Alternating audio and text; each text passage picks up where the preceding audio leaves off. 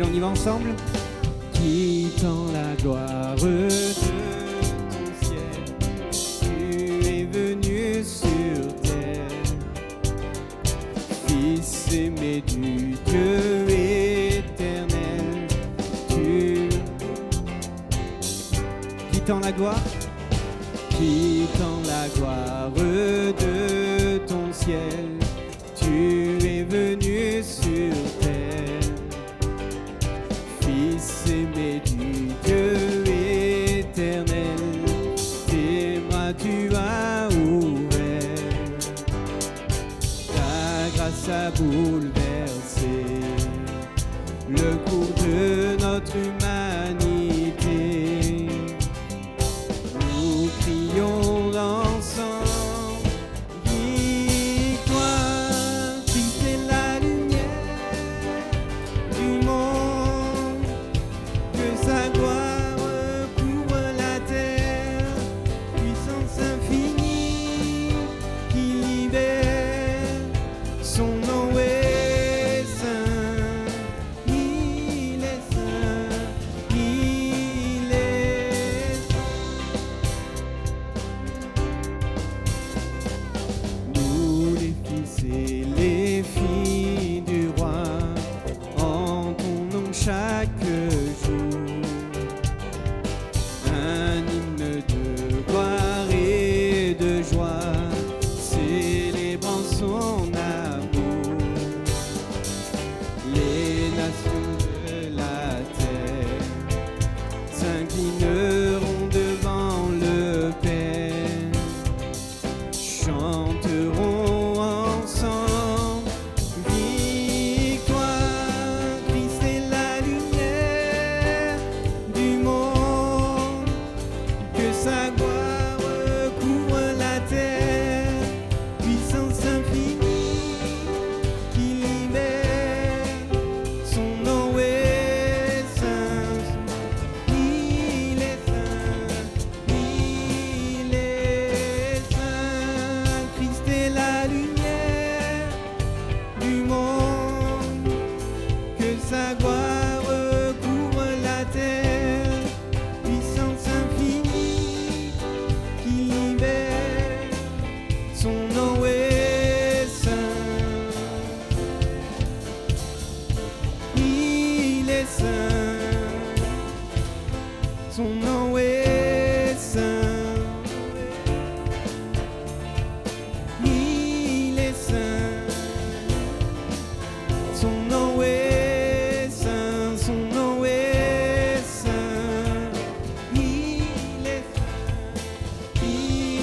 est saint, Christ est la lumière du monde, que sa gloire couvre la terre, puissance infinie qui libère, son nom est saint, il est saint, il est saint. Christ est la lumière du monde, que sa gloire couvre la terre, puissance infinie qui libère, son nom est saint, il est saint, il est saint. Alléluia. Amen. Son nom est saint, son nom est glorieux et on veut pleinement le bénir pour ce qu'il a fait. On veut unir nos voix à celles des anges ce matin. Amen.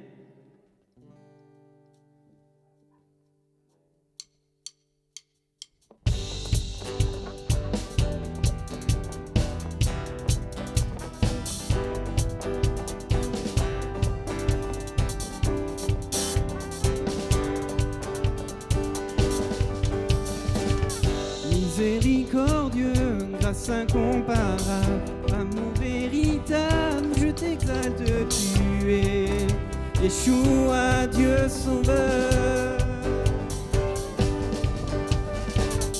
Précieux Fils unique, beauté sans pareil, sagesse insondable, je t'exalte, tu es Yeshua, Dieu sauveur.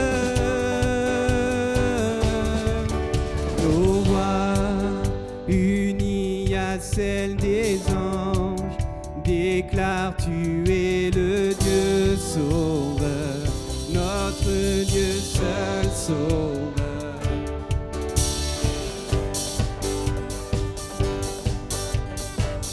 Toujours invaincu, héros triomphant, puissance absolue, je t'exalte, tu es Yeshua, Dieu sauveur.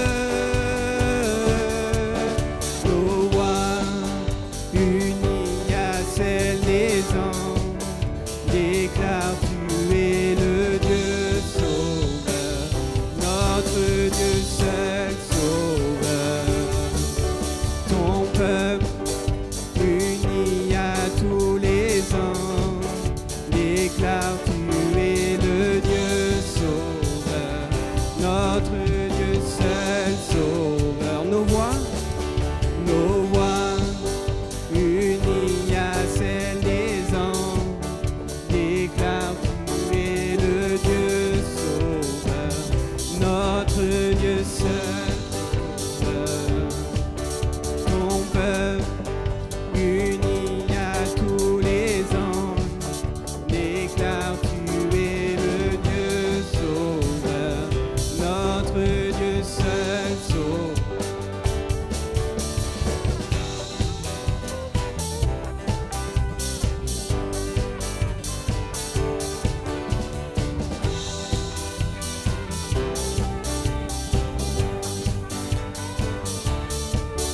Je suis à toi, mon cœur ne bat que si tu vis en moi. Je suis à toi, déclare-le ce matin. Je suis à toi, mon cœur ne bat que si tu vis en moi. Je suis à toi. Je suis à toi, mon cœur ne bat que si tu vis en moi. Je suis à toi. Je suis à toi, mon cœur ne bat que si tu vis en moi. Je suis à toi. Nos voix unies à celles des anges déclarent tu es le Dieu sauveur, notre Dieu seul sauveur. Ton peuple uni à tous les anges déclare tu es le Dieu sauveur, notre Dieu seul sauveur. Nos voix unies à celles des anges déclarent tu es le Dieu sauveur, notre Dieu seul sauveur.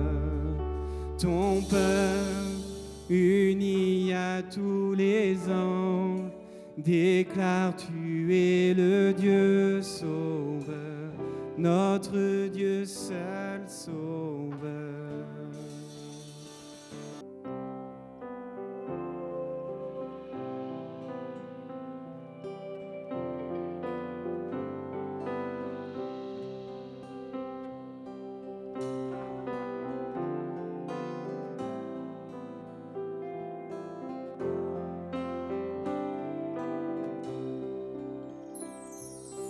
Tu t'es abaissé pour l'humanité. Tu fus humilié et abandonné. Ta mort est ma vie. Tu payas le prix sans crainte aujourd'hui. Mon âme s'écrie Alléluia.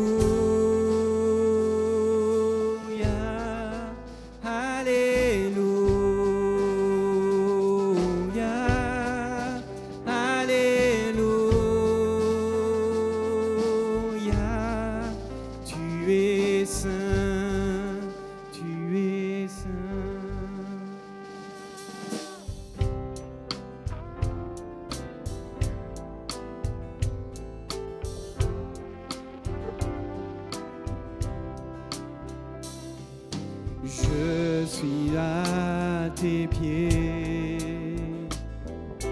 pour le remercier d'avoir accepté de supporter.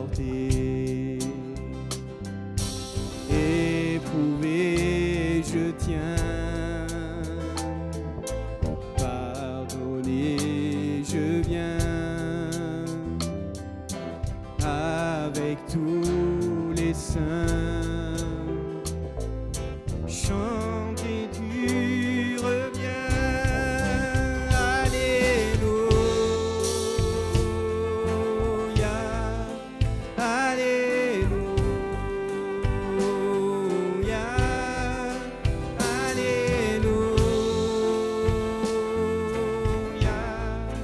Tu es saint, tu es saint, alléluia, alléluia, alléluia. Tu es saint, tu es saint.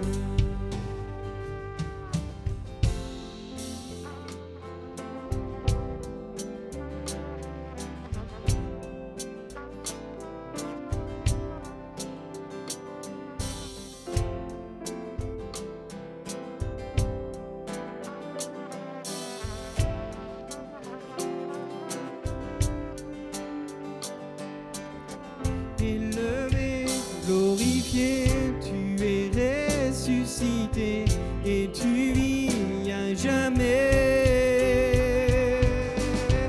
Élevé, glorifié, tu es ressuscité et tu vis à jamais.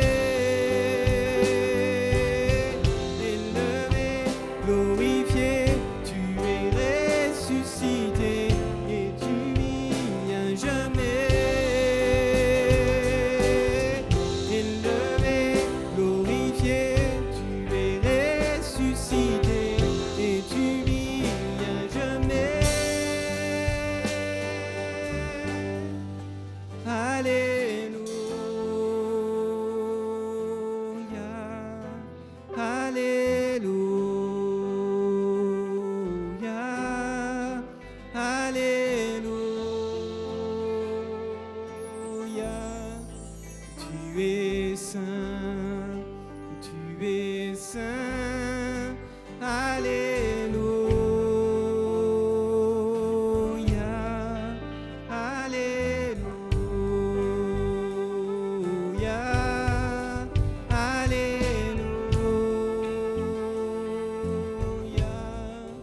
Tu es saint, tu es saint. Amen. Gloire à Dieu. Amen. Bon. Est-ce que ça va ce matin? Les jeunes, est-ce que ça va? Normalement, vous êtes en vacances, donc la jeunesse doit être content là. Oui. Ce matin, je voudrais, sans faire de transition, on va ouvrir les Écritures et on va aller dans le Nouveau Testament et on est dans cette période de Noël. Voilà, on est le dimanche avant Noël. Et difficile en cette période de Noël de ne pas parler de la naissance de Jésus, de ne pas parler non plus de la raison de sa venue. Et ce matin, j'aimerais m'arrêter avec vous sur un texte que l'on retrouve dans l'Évangile selon Luc au chapitre 1er et qui nous parle justement de la venue de Jésus, un texte qui nous montre aussi et qui met en évidence un paradoxe de Noël. Parce que la venue de Jésus dans ce monde annonce et va annoncer un grand changement dans différentes choses, un changement de modèle, un changement de pensée. Lui, le roi de gloire qui est venu annoncer un royaume totalement différent du royaume que l'on peut connaître et que l'on peut connaître et les royaumes de ce monde. Et ce matin, on va lire le cantique de Marie dans l'Évangile selon Luc, chapitre 1er, et à partir du verset 46. Mais juste avant de faire la lecture de notre texte, j'aimerais resituer un petit peu le contexte. Marie est encore enceinte. Le Saint-Esprit est venu, lui a dit qu'elle enfantera un fils, qu'elle donnera naissance à Jésus, au Fils de Dieu. Et Marie est encore enceinte et elle a cette confirmation que le Saint-Esprit l'a véritablement recouvert de son ombre par la puissance de Dieu. Elle sait qu'elle est enceinte. Voilà, il y a des choses qui sont là et qui montrent qu'elle est enceinte. Et lorsqu'elle va aller chez Élisabeth, et inspirée par l'Esprit, Élisabeth va dire ceci: tu es bénie. Et l'enfant qui était dans le sein d'Élisabeth, c'est-à-dire Jean-Baptiste, va tressaillir de joie en entendant Marie, et en voyant Marie venir dans la maison. Marie, elle a toutes les preuves. Elle est sûre et certaine que ce que Dieu avait dit allait s'accomplir. Elle était sûre et certaine que ce qui avait été annoncé, qu'elle allait devenir enceinte, qu'elle allait porter le Fils de Dieu, qu'elle allait être la mère de celui qui allait sauver l'humanité du péché. Marie sait que c'est en train de se passer. Marie a cette conviction que les choses arrivent et Marie va écrire ce cantique. Et il nous est dit ceci dans l'Évangile selon Luc, chapitre 1er, et le verset 46. Et Marie dit: mon âme exalte le Seigneur, et mon esprit se réjouit en Dieu, mon Sauveur, parce qu'il a jeté les yeux sur la bassesse de sa servante. Car voici, désormais, toutes les générations me diront bienheureuse, parce que le Tout-Puissant a fait pour moi de grandes choses. Son nom est saint, et sa miséricorde s'étend d'âge en âge sur ceux qui le craignent. Il a déployé la force de son bras. Il a dispersé ceux qui avaient dans leur cœur des pensées orgueilleuses. Il a renversé les puissants de leur trône et il a élevé les humbles. Il a rassasié de biens les affamés et il a renvoyé les riches avides. Il a secouru Israël, son serviteur, et il s'est souvenu de sa miséricorde, comme il l'avait dit à nos pères envers Abraham et sa postérité pour toujours. Marie demeura avec Élisabeth environ 3 mois, puis elle retourna chez elle. Amen.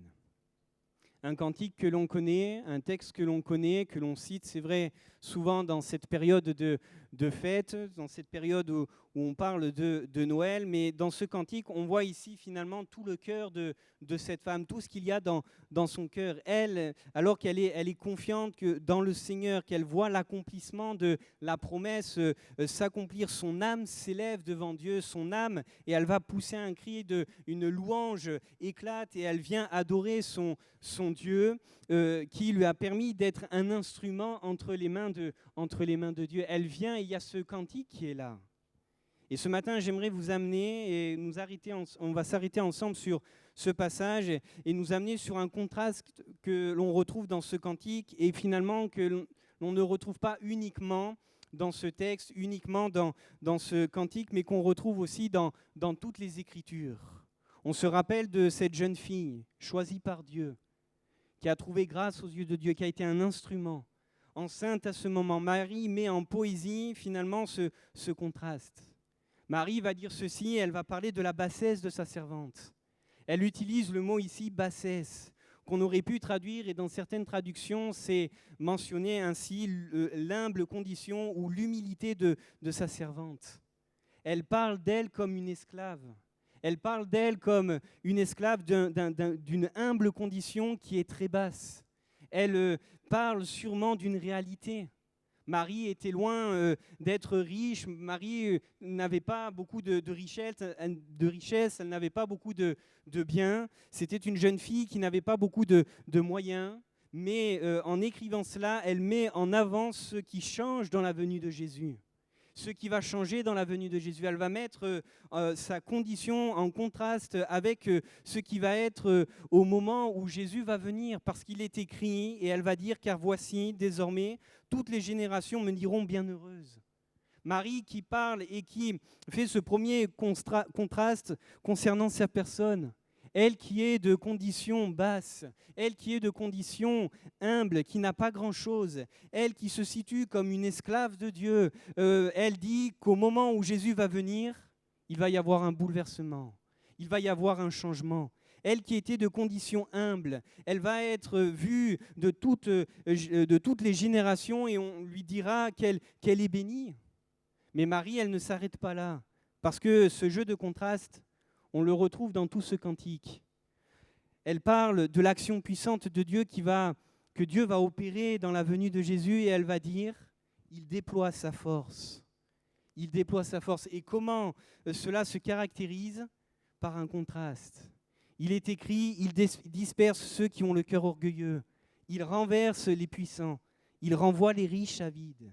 Tous ceux qui sont de condition élevée, tous ceux et celles qui sont pleins d'orgueil, tous ceux et celles qui ont la gloire des hommes ici-bas. Elle dit que Dieu va les renverser, elle dit que Dieu va les renvoyer à vide. Et en contraste de cela, elle va dire ceci, il élève les humbles, il rassasie les affamés, il secourt Israël qui est dans une condition misérable.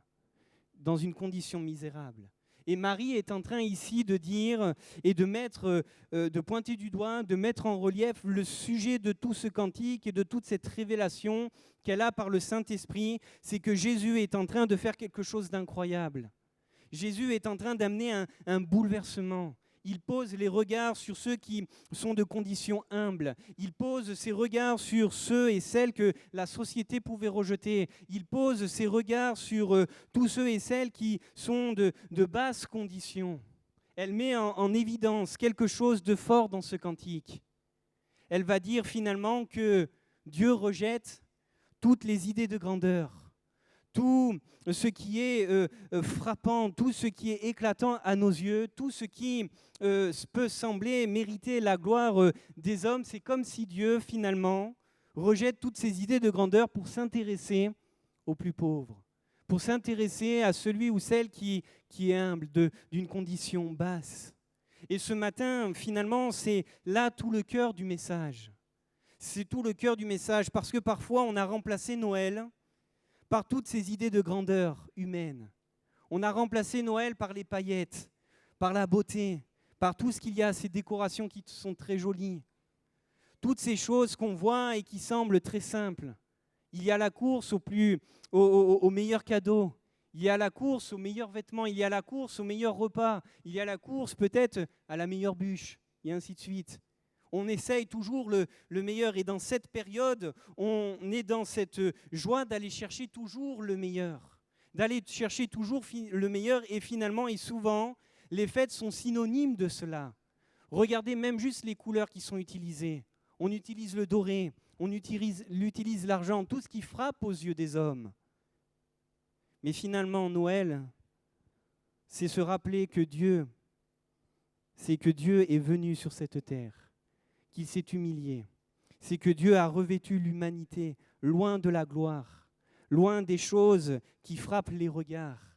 La naissance de Jésus dans une crèche n'avait rien d'éclatant. Et c'est même ce que Ésaïe va dire dans son livre. Il sera comme une faible plante, il n'aura rien pour attirer les regards. Et si l'on regarde même plus loin dans le récit de la naissance de Jésus et même dans le récit de l'évangile de Luc, on peut remarquer que cette humilité, elle est apparente dans beaucoup de points. Cette mise en relief de Dieu, comme s'il met tout son cœur, toute son énergie à faire grâce aux humbles, à relever celui qui est fatigué, à restaurer celui qui est complètement détruit. Et on voit que dans tout le récit de la naissance de Jésus, Dieu a pris soin. Dieu a pris plaisir à élever tous ceux et celles qui étaient de condition basse. Ceux que la société pouvait rejeter, ceux que l'on mettait de côté, Dieu va s'intéresser à eux. Regardez dans l'évangile toujours de Luc au chapitre 2, le verset 10, on voit qu'il y a un ange qui va venir parler au berger. Et l'ange va dire ceci, « Je vous annonce une bonne nouvelle qui sera pour tout le peuple le sujet d'une grande joie. » Et l'ange, ici, on note qu'il va dire que cette bonne nouvelle, elle est pour tout le peuple.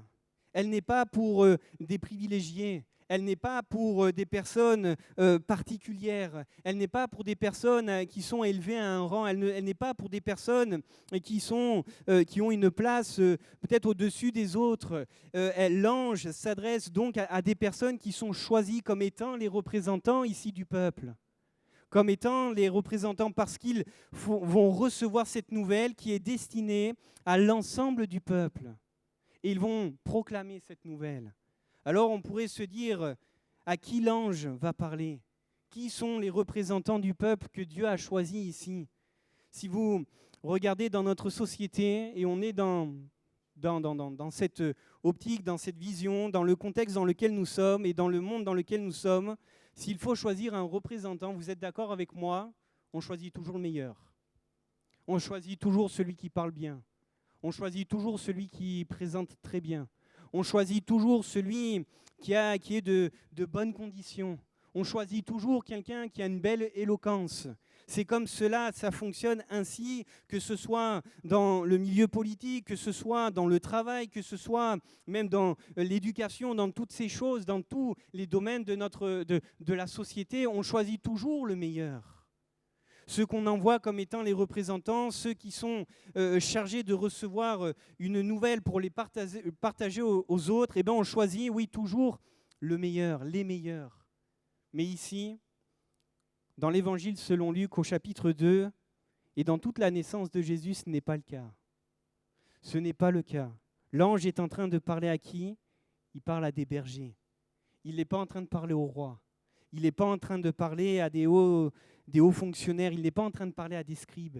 Il n'est pas en train de parler à des représentants de la loi. Il n'est pas en train de parler à des religieux. Mais l'ange ici s'adresse à des bergers. Et il faut reciter un peu le contexte de ces bergers à cette époque. Les bergers étaient loin d'être des personnes que l'on appréciait. C'était même souvent des personnes qui étaient mises de côté. Les bergers à cette époque, c'était des gens qui étaient simples, pauvres, rejetés de la société. C'était ces personnes et pourtant ce sont eux que Dieu choisit pour faire connaître la venue du Sauveur et pour être des adorateurs privilégiés de Jésus. Et mon frère, ma sœur, ce matin, je veux le souligner avec vous, que finalement, dans chaque portion de la vie de Jésus, dans son arrivée, dans l'annonce de sa venue, dans ce premier Noël, Jésus s'est toujours intéressé à tous ceux et celles qui étaient de condition humble. Jésus s'est toujours intéressé à ceux et celles que la société mettait de côté. Jésus s'est toujours intéressé à s'approcher de celui qui était méprisé de tous. Jésus a rejeté, a renversé quelque chose qui, dans nos têtes, dans notre pensée, dans nos habitudes, aurait été tout bien ordonné. Enfin, on aurait fait comme ça, que la gloire, ça représente automatiquement le palais, que la gloire, ça représente automatiquement le trône. Les représentants ici, là, ce sont des simples hommes, des bergers, des hommes qui ont été choisis. Ce n'étaient pas les meilleurs, mais Dieu savait pourquoi il les choisissait. La personne qui a été choisie comme étant l'instrument pour faire venir Jésus au monde, c'était une personne qui s'est déclarée elle-même comme étant l'esclave de Dieu, d'une condition basse. Et c'est incroyable de voir finalement que dans sa venue, Jésus finalement bouleverse tous les codes. Jésus bouleverse tous les codes.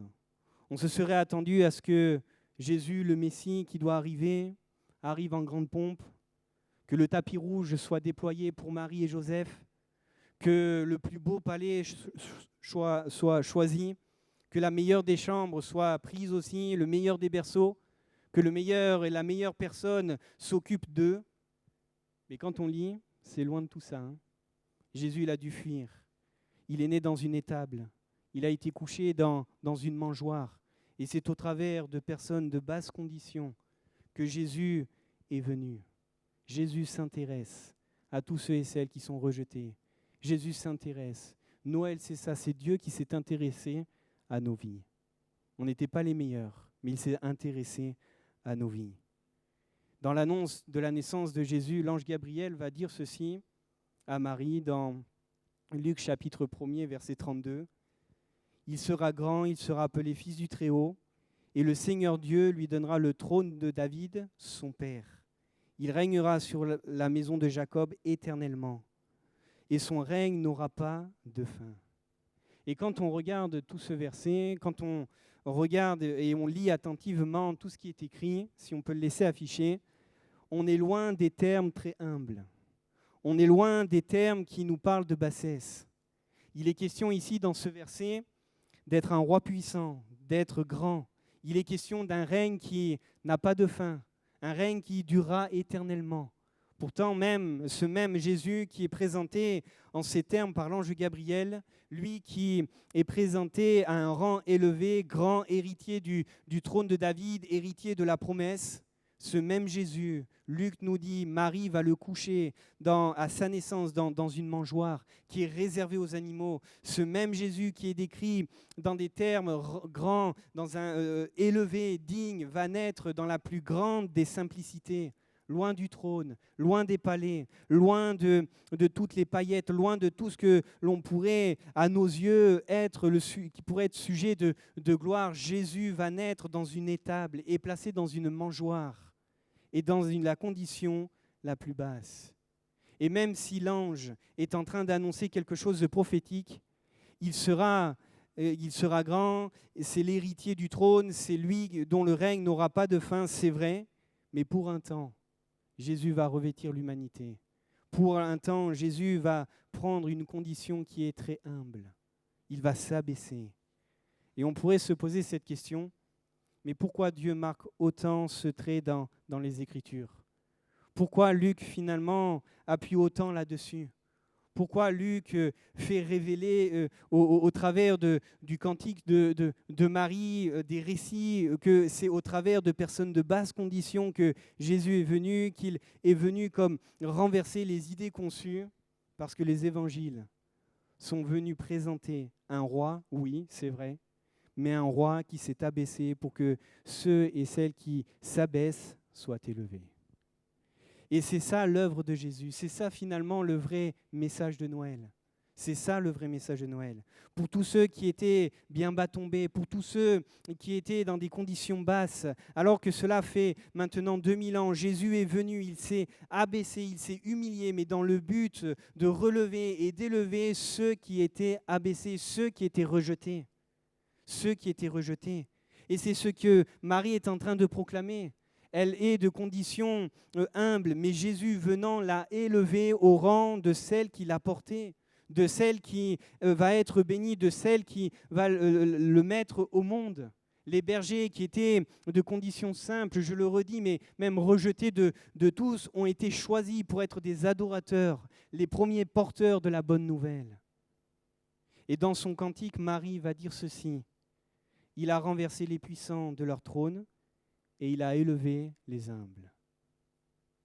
Rappelez-vous de ce texte de l'apôtre Paul à l'épître aux Philippiens. Paul a raison parce que finalement, parler de Noël, c'est parler aussi de l'abaissement de ce Sauveur. Parler de Noël, c'est parler de l'abaissement du Dieu très haut, du Créateur de l'univers. Parler de Noël, c'est parler de cet abaissement de celui qui existait de toute éternité, et de celui qui existe de toute éternité, de celui qui n'a ni fin, ni commencement, ni fin, de celui qui était là à la création. Et l'apôtre Paul va dire ceci dans Philippiens 2, verset 6, c'est un texte que nous connaissons, que l'on cite souvent. Lui qui existait en forme de Dieu, il n'a point regardé son égalité avec Dieu comme une proie arrachée. Il s'est dépouillé lui-même en prenant une forme de serviteur, en devenant semblable aux hommes, et ayant paru comme un vrai homme, il s'est humilié lui-même, se rendant obéissant jusqu'à la mort, même jusqu'à la mort de la croix. Et nous ne pouvons pas parler de Noël, nous ne pouvons pas parler de la venue de Jésus sans parler de l'abaissement du roi des rois. Cela peut-être peut nous choquer dans notre conception humaine. Cela peut-être peut nous passer au-dessus parfois parce qu'on est tellement habitué qu'à celui dont on rend gloire, à celui qui est digne de recevoir les hommages, c'est celui qui est au rang élevé. Mais pourtant, la venue de Jésus est venue renverser un ordre. La venue de Jésus est venue bouleverser les choses. Il s'est abaissé. C'est comme cela que Jésus est venu dans l'abaissement, dans l'humilité. Il s'est dépouillé, il a été méprisé. Et c'est là le message même de son royaume. Quand on regarde Jésus, dans tout son ministère, il va présenter cela. Il va présenter ce roi qui s'intéresse à celui qui est le plus dépourvu, à celui qui est bien bas tombé. Quand vous lisez les béatitudes de Matthieu, de Jésus qu'on trouve dans l'Évangile, selon Matthieu au chapitre 5 et le verset 3, il nous est dit « Heureux les pauvres en esprit, car le royaume des cieux est à eux. Heureux les affligés, car ils seront consolés. Heureux les débonnaires, car ils hériteront la terre. Heureux ceux qui ont faim et soif de la justice, car ils seront rassasiés. Heureux les miséricordieux, car ils obtiendront miséricorde. Heureux ceux qui ont le cœur pur, car ils verront Dieu. Heureux ceux qui procurent la paix, car ils seront appelés fils de Dieu. Heureux ceux qui sont persécutés pour la justice, car le royaume des cieux est à eux. » Et Jésus est en train ici de présenter son royaume, celui qu'il est venu annoncer, l'arrivée, l'entrée du royaume, mais celui aussi dont il est le roi. Et lorsqu'il présente ce royaume, Jésus présente les contours de son royaume avec ses béatitudes. Il va présenter cela et ses proclamations, il va dire « sont heureux finalement ceux qui sembleraient-ils à nos yeux ne sont pas beaucoup heureux ». Pourquoi ? Parce que heureux ceux qui sont pauvres spirituellement, on n'est pas sûr qu'ils soient heureux. Heureux ceux qui sont affligés, ceux qui pleurent, ceux qui sont en deuil. Et quand on lit tout cela, je ne suis pas sûr qu'à nos codes humains, ce sont des gens dans la catégorie de ceux qu'on aurait présentés comme qui vivent heureux. Et pourtant, Jésus est en train de bouleverser ce monde. Jésus est en train de bouleverser les codes. Lui qui présente finalement le royaume qui vient, lui le roi est venu, il est venu, oui, non pas dans la gloire, mais il est venu dans l'humilité, il est venu dans la condition la plus humble. Marc nous dit ceci, que Jésus est venu non pour être servi, mais pour servir et donner sa vie comme la rançon de beaucoup. C'est que le grand principe du règne de Dieu, c'est que Jésus est venu établir, c'est que quiconque sera élevé, s'élève sera abaissé, mais quiconque s'abaisse sera élevé. Jésus est en entrant dans ce monde, dans la conception, dans la condition la plus simple, dans la condition la plus humble, et il est en train aussi d'amener le chemin par lequel la grâce et la bénédiction découlent. Le chemin d'accès en direction de la gloire, et ce chemin, c'est l'humilité. On n'est pas habitué peut-être à présenter les choses comme cela. On aimerait pouvoir faire un raccourci pour atteindre tout de suite la gloire. Et les évangiles sont là pour nous mentionner, et Luc met beaucoup d'emphase sur cette notion et cette réalité. Jésus, venu sur terre en revêtant l'humanité, est venu bouleverser un ordre. Il va élever ceux qui sont abaissés. Il est venu renverser les puissants et élever les humbles. Mon frère, ma sœur, j'aimerais le dire ce matin, toi aussi tu peux expérimenter la grâce de Dieu. Nous aussi, nous pouvons vivre la réalité de la puissance de Dieu qui agit puissamment dans nos vies. Mais nous rappeler de Noël, c'est nous rappeler aussi de ce chemin vers la gloire. C'est un chemin d'emprunt d'humilité. C'est un chemin d'emprunt d'humilité. C'est un chemin où nous apprenons à nous abaisser. C'est un chemin où nous apprenons à nous courber devant le Dieu très haut. Finalement, quand on regarde même à Marie et à son histoire, elle a simplement accepté ce que le Seigneur lui a dit, elle a laissé faire le Seigneur. Elle a simplement courbé sa volonté à celle du roi des rois. Lorsque l'ange va lui dire « La puissance du Très-Haut va te couvrir et c'est ainsi que tu seras enceinte », Marie, elle ne dit pas que ce n'est pas possible. Elle va dire comment ces choses-là vont se passer. Comment ça va se passer? Marie ne remet pas en question la capacité de Dieu à faire. Elle veut juste savoir comment Dieu va opérer, comment Dieu veut opérer. Et voyez le cœur de cette servante. Elle a simplement demandé à Dieu comment ces choses peuvent se passer. Et dans son humilité, dans son abaissement devant le Dieu Tout-Puissant, elle va vivre une grâce. Elle va porter Jésus, elle va pouvoir le dire, inspiré par l'Esprit, que Jésus est venu pour élever ceux qui sont humbles. Et peut-être que ce matin, je voudrais parler à quelqu'un qui a l'impression d'être au plus bas, qui a l'impression que les temps, et peut-être même que cette fin d'année est très compliquée, très difficile, pénible, lourd. Peut-être que tu as l'impression de ne plus avoir de ressources. Peut-être que c'est dur, oui, physiquement. Peut-être même que tu n'as plus de ressources. Et c'est vraiment le cas au sens littéral de ce que je suis en train de dire. Tu n'as plus de ressources. Mais j'aimerais le dire que le message de Noël, c'est se rappeler que de l'humilité, Jésus est venu, mais qu'il a élevé ceux qui étaient humbles. Que dans cette condition, peut-être où tu as l'impression d'avoir tout perdu, c'est là où Jésus veut te rencontrer. C'est là où il veut venir à toi. Dans la basse condition de sa servante, Jésus est venu et Marie a pu dire, il m'a élevé, il m'a élevé, il m'a élevé. J'aimerais avancer et arriver sur le dernier point. Et nous avons cité tout à l'heure l'épître aux Philippiens, parlant de Jésus qui s'est abaissé, il s'est humilié, c'est vrai, il s'est dépouillé.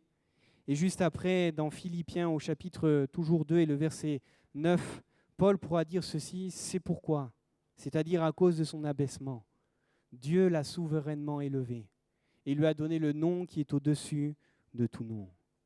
Mon frère, ma sœur, j'aimerais le dire simplement, que si c'est le cas pour chacun d'entre nous ce matin, c'est parce que ça a été le cas de Jésus. Il est venu ouvrir une route nouvelle, nous montrer le chemin d'accès vers la gloire.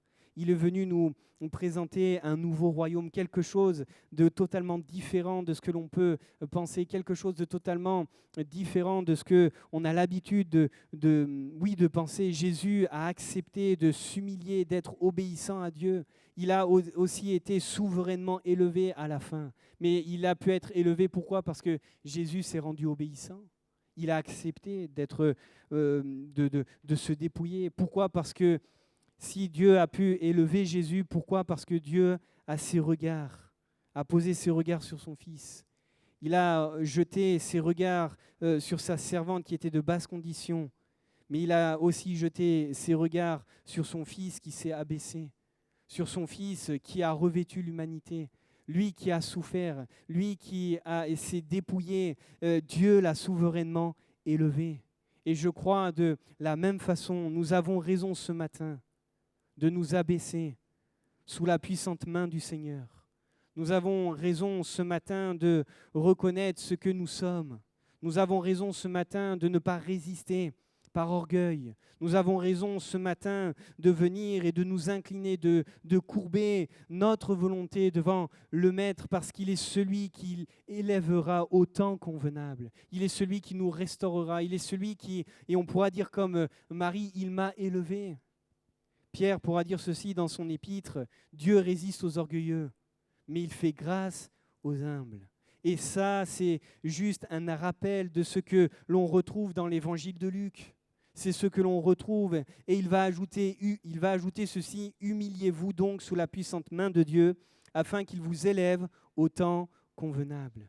Et vous remarquez que l'apôtre Pierre nous présente le même chemin que Jésus, de l'humilité à la gloire, de l'abaissement à la plus haute des élévations, celle du trône, celle d'être dans le ciel. Et mon frère, ma sœur, j'aimerais le dire ce matin, nous humilier sous la puissante main de Dieu, c'est nous soumettre notre esprit à sa lumière, c'est nous soumettre à sa volonté, que notre volonté soit la sienne, que nos choix, nos décisions, nos projets soient à sa disposition, que nous puissions courber notre être devant lui. C'est aussi reconnaître ce matin que tout le mal qui est en nous, vient de notre propre fond, et que tout le bien qui s'est opéré en nous et à travers nous n'est rien d'autre qu'un effet de sa grâce, qui est rien d'autre qu'un effet et que le résultat de son opération divine, que dans sa miséricorde, Jésus, il est venu, il a payé le prix, il a accepté de tout quitter parce qu'il nous aime, parce qu'il veut te relever. Il a accepté de tout quitter parce qu'il est celui qui veut te relever, te restaurer. Et même s'il nous faut souffrir peut-être pour un peu de temps ici-bas, que le poids éternel de gloire qui nous attend dans le ciel, on ne le mérite même pas, mais c'est juste un effet de sa grâce. Et tout ça simplement quand nous acceptons de nous humilier devant le roi des rois, lui qui s'est abaissé, lui qui s'est dépouillé, il s'est humilié avant nous pour être élevé. Et c'est ce qu'il veut faire ce matin. Il veut te relever, mais pour cela, il faut que tu t'abaisses devant le roi des rois. Il faut que tu t'abaisses devant celui qui a tout donné pour toi. Je voudrais inviter les musiciens et on va prendre un temps de louange simplement pour le remercier. Ce matin, j'aimerais simplement laisser ces paroles dans vos cœurs et nous inviter à nous humilier devant le Seigneur. Dieu a trouvé de simples hommes, de simples femmes disposés à courber leur être, leur vie, leur projet devant le Seigneur. Quand on pense à la venue de Jésus, Joseph avait sûrement d'autres projets que ce qu'il a pu vivre. Il ne s'imaginait pas de devoir se marier peut-être précipitamment comme il l'a fait, de prendre Marie peut-être sous les coups des critiques, mais il l'a accepté. Lui, de sa simple condition, il a courbé ses projets à Jésus. Mais parce que Dieu a trouvé Marie, de même, elle a courbé son être. Les bergers se sont courbés devant le Seigneur. Mais parce que Dieu a trouvé le cœur de personnes humbles, toutes ces personnes ont pu être élevées, on peut être rassasiées, on peut être secourus. Et ils ont reconnu que la grâce de Dieu était présente en Jésus-Christ. Et nous voulons nous aussi pouvoir dire une grâce a été faite. Merci pour la grâce qui m'a été faite ce matin parce que Jésus est celui qui est venu pour nous relever. Jésus est celui qui veut te relever ce matin. Jésus est celui qui veut agir dans ta vie. Jésus est celui qui veut, oui, comme peut-être que tu es rejeté, mais il va intervenir. Mais pour cela, tu as peut-être besoin de plier le genou devant lui et d'accepter sa volonté. Amen. Vous voulez bien qu'on puisse simplement courber nos fronts. Peut-être qu'on pourrait se lever et demander à Dieu encore toute sa grâce. Demander à Dieu toute sa bénédiction. Demander à Dieu d'agir dans nos vies. Il est celui qui t'aime. Il est celui qui a un regard sur toi. Il l'a prouvé en venant sur cette terre. Il t'aime. Jésus t'aime. Noël, c'est nous rappeler qu'un sauveur est venu, que Dieu s'est fait homme, qu'il a pris la plus basse des conditions. Il a accepté de mourir sur cette croix pour te relever, pour me relever. Alors peut-être que ce matin, on pourrait courber nos fronts et simplement prendre ce chant. On va reprendre Alléluia et on va élever pendant un moment le Seigneur et le remercier parce qu'il est venu nous chercher. Amen.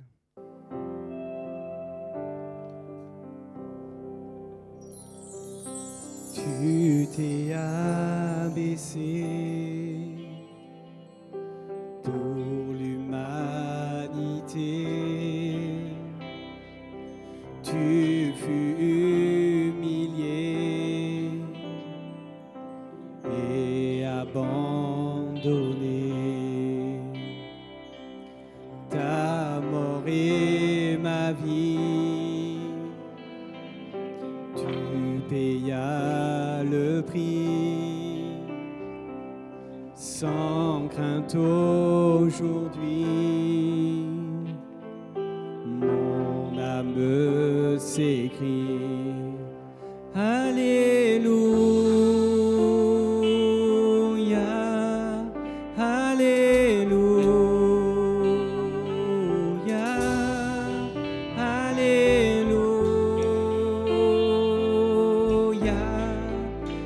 Tu es saint, tu es saint.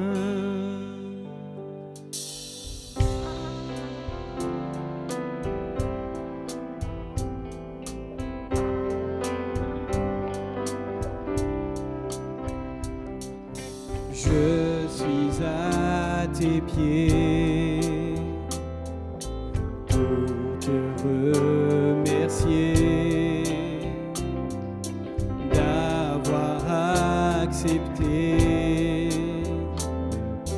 de tout supporter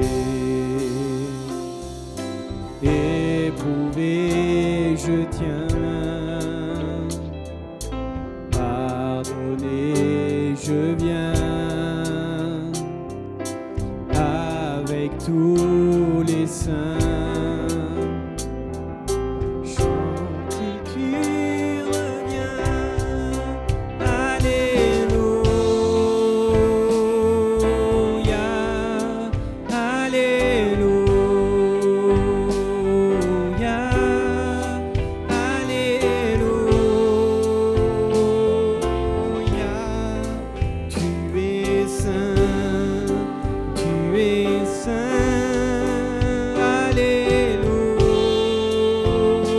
Alléluia, Alléluia,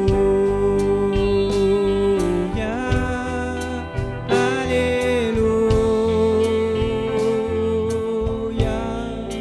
Tu es saint, tu es saint.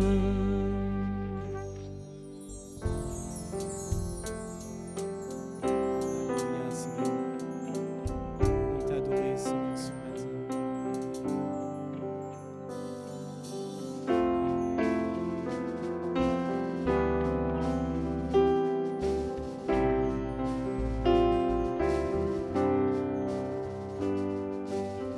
Élevé, glorifié, tu es ressuscité et tu vis à jamais. Élevé, glorifié, tu t'es ressuscité et tu vis à jamais. Élevé, glorifié, tu es ressuscité et tu vis à jamais. Élevé, glorifié, tu es ressuscité et tu vis à jamais. Alléluia,